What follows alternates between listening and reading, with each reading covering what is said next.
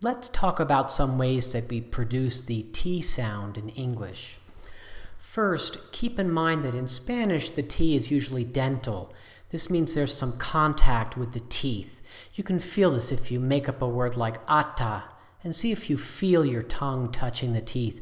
You can also see it in a mirror. In English, the T is pronounced farther back in an area that we call the alveolar ridge. So here in Spanish, against the teeth, usually in English it's farther back. English has something called aspiration. We make a small puff of air, un soplo, in certain situations. For example, in the word toe. Do you hear it right after the T, but before the vowel starts?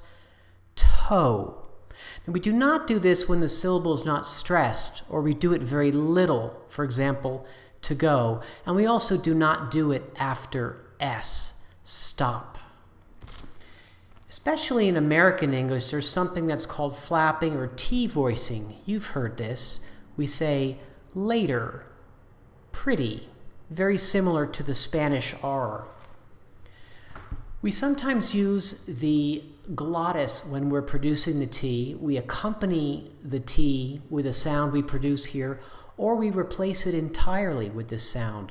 A glottal stop is the sound that you make, for example, when you're coughing or holding your breath. And we just get rid of the T entirely, or we replace it with this variant. Button, certain.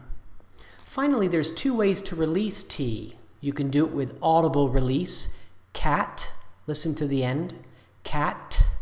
Or often in American English, there's no audible release. We just say cat, cat.